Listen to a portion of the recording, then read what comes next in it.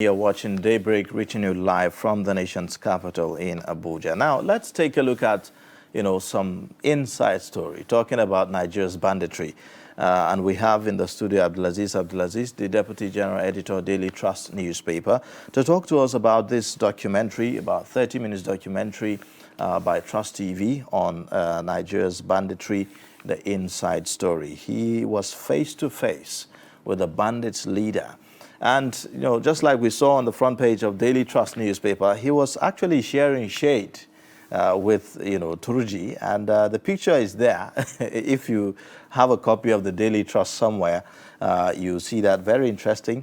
And so he'll be talking to us about this. Good morning, and thank you for joining us on Daybreak. Good morning, and thanks for having me. Yes.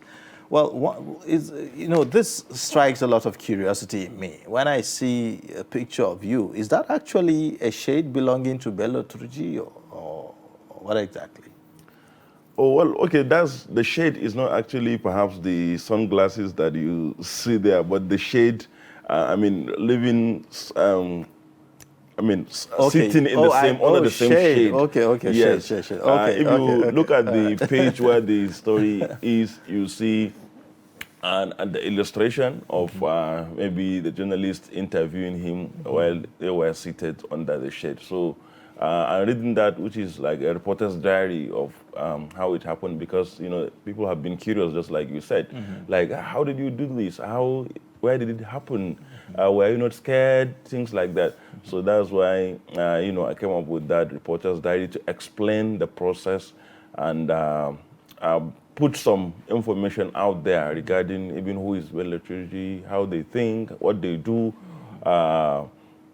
and maybe to help us better understand who are these people and even their locations and things like that, without really saying it out in the open. I mean, rightfully so, if a lot of people are curious, because the name Bello Turji is one of the most dreaded, in the northwestern part of the country. Just like we used to hear Abubakar Shekau, of Boko Haram and all that. So you narrated, how, the bandits were shouting, Megidaya, so in Hausa, meaning, the man of the house or something like that. The master is around and all of that. And it's interesting how they refer to him as master. What does that signify? Well, you see, of course, that's a mark of leadership, because though even in that area, which is one thing that a lot of people don't know, first is that, this bandit is not like one organization. They are just little groups, not really little in terms of maybe 10 or 20, but they are camps headed by different kind of warlords or kingpins. But then, even at that, like in the area where Bello Turji operates, you see that other leaders had somehow delegated their powers to him and maybe put him forward as the sort of coordinated leader. And that's why you see that there are others even with him who sat with him, but he was given the lead to talk.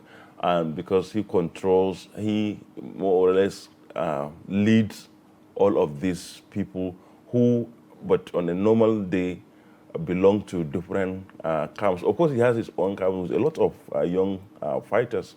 And so that's why they refer to him as Megiddo. And he was the last person to arrive, just like maybe government protocol, when there is an event. The big man, isn't it? And so the big man arrives at the end. So, I describe it. And that's after waiting for how long, really?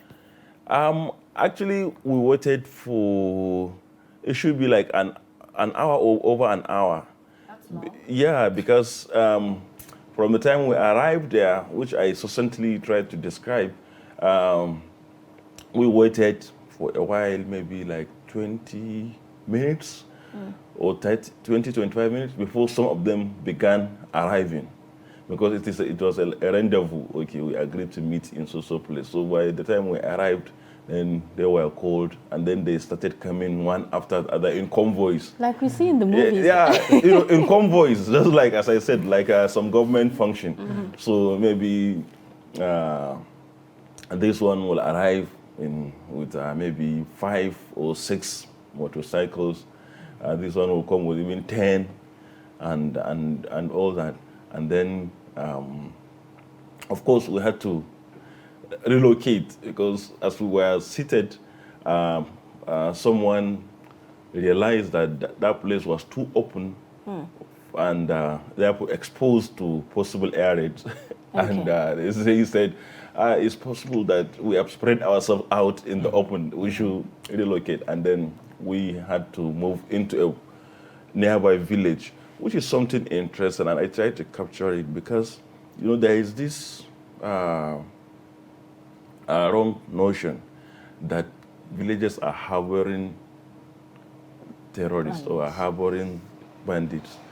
But the issue is these villagers are people who have been forced to live with these people in the absence of state security. So if the state cannot secure them, and maybe some of them have even tried to fight without success, so they have surrendered. Just live in peace. Exactly. So we moved into one of these villages where the people are there, you know, living their lives, but then the bandits could go in and out and do whatever they wanted. So they say, oh, can't we just move into this place and use the there is a big tamarind tree. So, but as we arrived, we ended up going into a mosque, an adjacent mosque, which has the shade, and that is the kind of pasture that is in front of the mosque. So they just sat there, and you could see that the villagers are so used to that site that there was no much curiosity apart from some little kids who are coming out, and it's not like they assemble in large numbers. So they were used to seeing this thing, and you could see how that was like normal for them. Villager. Yes. Okay. So these people have become, you know, entangled in this, and a lot of times, unfortunately, they ended up getting killed, while perhaps security forces are searching for the bandits because maybe they believe, okay, the bandits live in village X, while you know, even the people in village X, they are just living with the bandits just by So could it be maybe one of the reasons why it has become even so difficult to take these bandits out by military force, you know, for instance? You know, maybe human beings are now like a shield to these bandits. So it's difficult to like really raid, you know, and then rain fire on them. That is actually correct. They use some of these villages as a shield. So, and it's therefore difficult sometimes to, but also they have their own camps, you know, different from, away from the villages. So the villages mostly are not like they use them as a residential, they occupy them to live there largely, except for maybe sacked villages, where maybe if some villages are sacked, they move in to live there. But mainly they still have their off camps that are deep in the bush, of course, some under big trees or under even rocks and all that. So, but it makes it dicey, as you said, to like fish out the bandits sometimes, or to successfully carry out air raids, especially if it is around these villages, because the casualty, the collateral damage will be really high. Okay. You know, a lot of this piece has been generating quite a number of reactions on social media. Like I saw yesterday, somebody shared, you know, Turji's interview that you had with him, and a lot of people were curious, particularly the part where you mentioned that their organization is not political. A lot of people thought, so does this actually justify, you know, all of the killings that we see and the operations that they carry out in these communities? I mean, just before he responds to that, maybe we should just take a look at, you know, some of the comments, you know, on social media on that video, just a few of them. Now, one says, well, you could have asked him, instead of killing innocent people, he should go after the government, because the people he killed are also victims of injustice in Nigeria. So that's one of the comments there by Musti Hali Khan. And also you have another one saying, so you people can locate him, interview him, but can't assist security forces to track him down. It really, literally means that you guys are media wings of bandits. Very. Well, that's his own opinion anyways. Another one says, this is how our country, our corruption, selfish and other bad attitude are all practicing in it to our country. Well, let's take a look at another slide. There you go. There's this one, you know, here it says, Nigeria is laughable. So you guys know where Turji is. By implication, the Nigerian government knows where he is. And then you see another there that says, I don't really blame Turji for his inhumanity act. I blamed the corrupted and selfish leaders who failed to fulfill their primary assignment. And that he means protecting lives and properties of their people. And they even play a vital role in creating all sorts of violence that is of their own benefit. And then you see one by Kamal Tahir where he says, we are all paying the price of failed systems, but this bloodshed need to stop by any possible means. And that will be your cue. Well, so the argument now, you know, the shade of opinion is wide. You know, exactly. I believe responding to those who have said, well, these are the reasons why these bandits are doing what they are doing, and that they are victims of injustice and the likes. Then others will reply and say, well, we are all victims of injustice in one way or another. You know, if you listen to Turji, where he talked about his father being in court for over 7 years pursuing the matter, and then there was no justice served and the likes. But that's not a peculiar story to Turji or the Fulanis. I mean, it's a story, you know, that a lot of Nigerians have made. So why are you now, you know, picking it up and capitalizing on it and then picking arms? That means everyone should pick a gun. Yeah, that's a very famous argument, but actually it's a faulty one, because what a lot of people don't know is that these bandits are not, their problem is largely not against the Nigerian state. Of course, they can sometimes voice issues of, oh, we are being sidelined, there is nothing that comes to us, but the real drivers of the conflict, of the killings, are local issues. Are local issues between neighbors. It's not issue between Fulani's grievances against government inability to provide. So again, so if it is between neighbors, what has that got to do with someone maybe traveling from Maiduguri to Katsina, and then along the line he's abducted, or maybe some children in their school somewhere in Kebbi, and then they are abducted for no reason? Yeah, that's like auxiliary parts of the main issue. You know, we should understand this. It's not like, I'm not trying to rationalize anything. It's a bad behavior, but you know, the issue of kidnapping largely is an issue of trying to, sustainability for the main cause. So the main cause is what has become a dangerous ethnic conflict right now between the largely the Fulani herders and the more, the majority Hausa settled communities in most of these Northwest communities.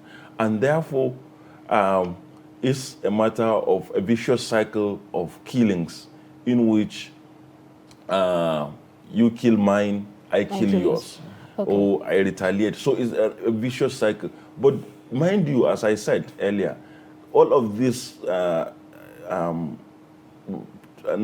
leaders of the bandit groups are in control of a large number of fighters, of young people that they have.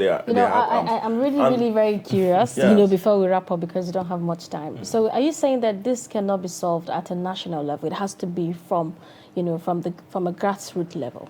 Yeah, that's a big that is true. And also, but a little modification.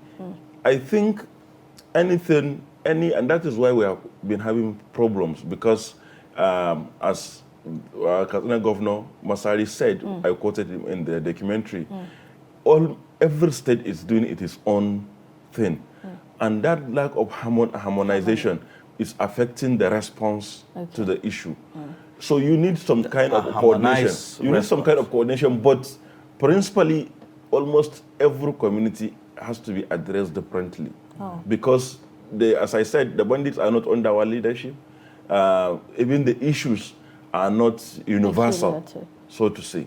But fundamentally, there is a more common ground, maybe issues of jungle justice, self-help, which is happening almost everywhere around those communities, and also issue of dispensation of justice. All these things, can be are primarily the same issue, but with peculiarities from one community to another. Okay, I don't know how you answer this in 1 minute.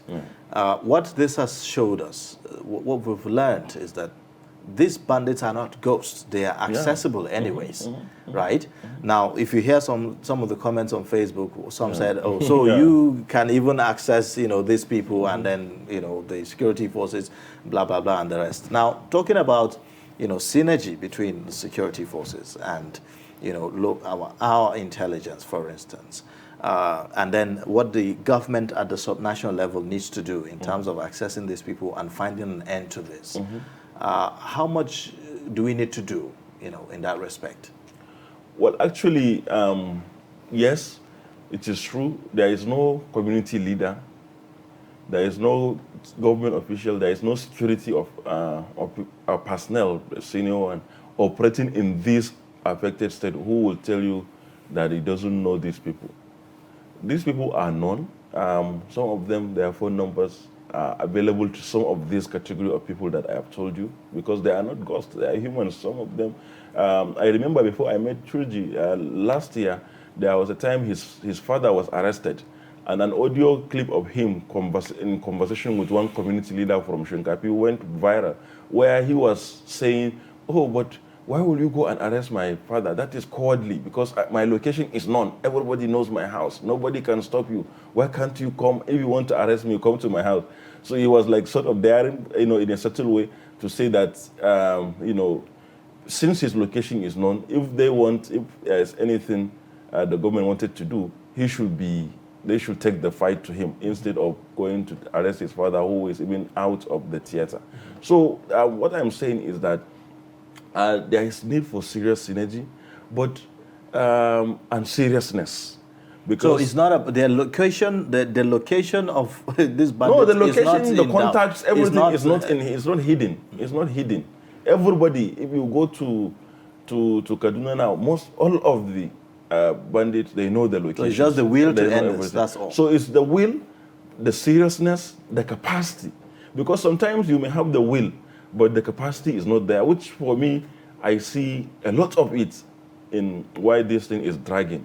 Because do we have the numbers of the security personnel? I have seen it.